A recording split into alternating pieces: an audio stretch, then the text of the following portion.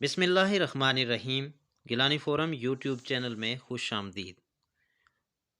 خارجی کیا ہوتے ہیں، خروج کیا ہوتا ہے، اور خارج اسلام میں پہلا مذہبی فرقہ جس نے شاعر سے ہٹ کے اپنا الگ گروہ بنا لیا تھا وہ کون تھے، اس تفصیل سے آپ کو آگاہ کریں گے اور آپ اندازہ لگا سکیں گے کہ کیا جو خوارج جنہوں نے حضرت علی شیر خدا سے بغاوت کی تھی، ان کا گروہ، ان کے ماننے والے اور ایسے عقائد رکھنے والے لوگ آج بھی اس دنیا میں موجود ہیں۔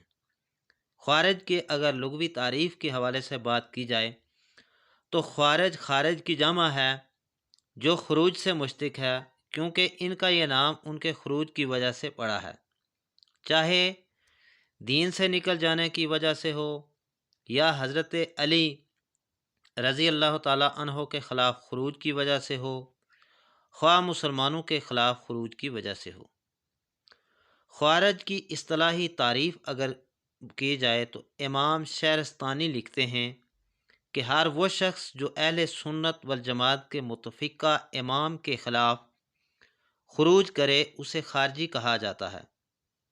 یہ خروج صحابہ کے زمانے میں ہو، خلفائے راشدین کے خلاف ہو، ان کے بعد تابعین کے خلاف ہو، خواہ وہ ہر زمانے میں آئمہ کے خلاف ہو۔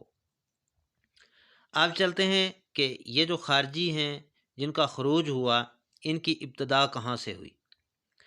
یہ وہ گروہ ہے جس کی اکثریت بدوی عراقیوں کی تھی۔ جنگ صفین کے موقع پر سب سے پہلے نمودار ہوا۔ یہ لوگ حضرت علی کی فوج سے اس بنا پر علیحدہ ہو گئے کہ انہوں نے امیر شام کی ثالثی کی تجویز منظور کر لی تھی۔ خارجوں کا نعرہ تھا کہ حاکمیت اللہ ہی کی ہے۔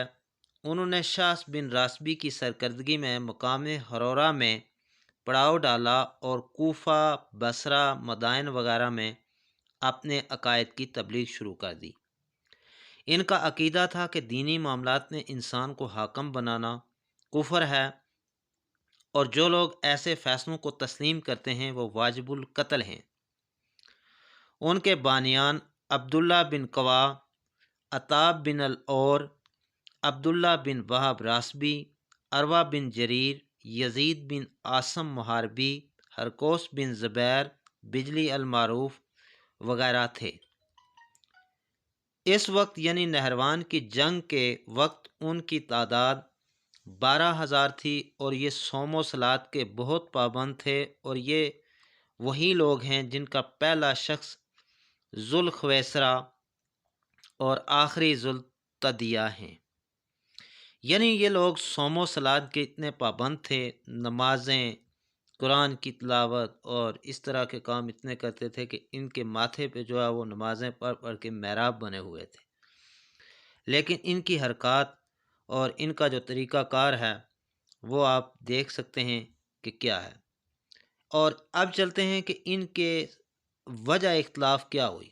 خارجیوں کے اعتقاد کے مطابق حضرت علی المرتضیٰ خلیفہ برحق تھے، ان کی بیعت ہر مسلمان پر لازم تھی۔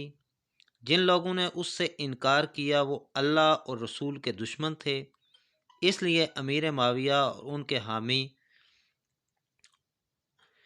ان کے ساتھ کسی قسم کی صلح کرنا از روئے قرآن کفر ہے۔